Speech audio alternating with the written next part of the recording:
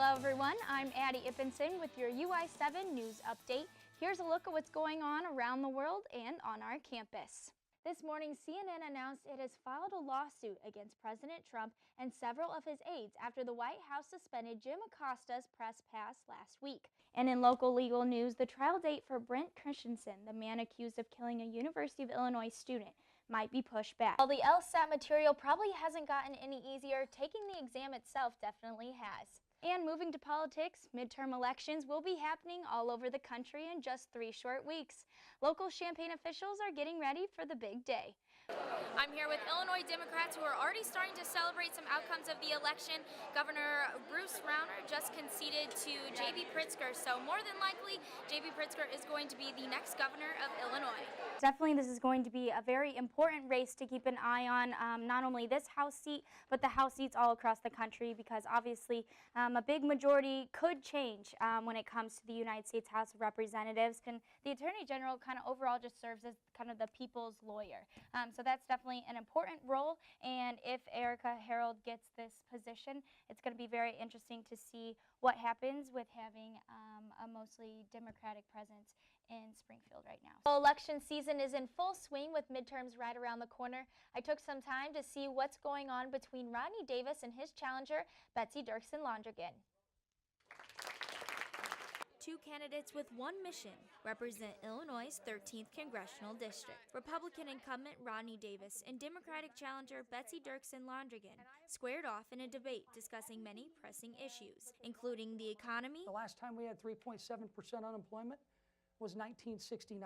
Agriculture. And now our farmers are worried about if they're going to have markets to sell to down the road.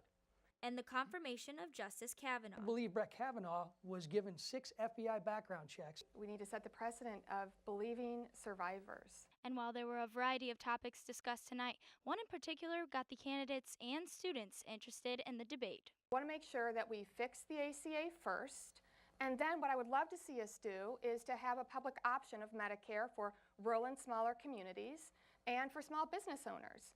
The plan that many Democrats, including my opponent, have said would be universal coverage has been shown to cost $32 trillion over the next 10 years. Both candidates have had personal experiences with the healthcare system, but a University of Illinois student who is a cancer survivor himself says he knows who he is voting for. And when I came in here and sat down, Rodney Davis came up to me and he shook my hand. He wanted to get to know me. He wanted to talk to me. I think that person who wants to know me wants to be able to help me too. So. Until November 6th, the candidates will continue to debate these issues as voters all around the country prepare for the big day. The words fake news seem to have become a part of our everyday vocabulary, with the news stories changing faster than ever and our ability to consume them becoming easier than ever. What does this mean for trust in media at large? In this special investigative story, I took some time to begin answering this question by first taking a look at history. And that's the way it is. Friday, March 6, 1981.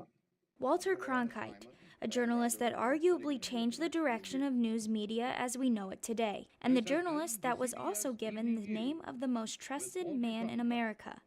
But journalism has changed a lot since Cronkite's days at the anchor desk. Newspaper usage is decreasing, cable news subscriptions have fallen, and has the trust in traditional news media decreased with it? A study done by the American Press Institute found that 44% of adults say their level of trust in the news media has decreased in the last year. 39% saying it stayed the same, and only 17% saying their trust has increased. One University of Illinois student says he's always had a hard time fully believing any source in general.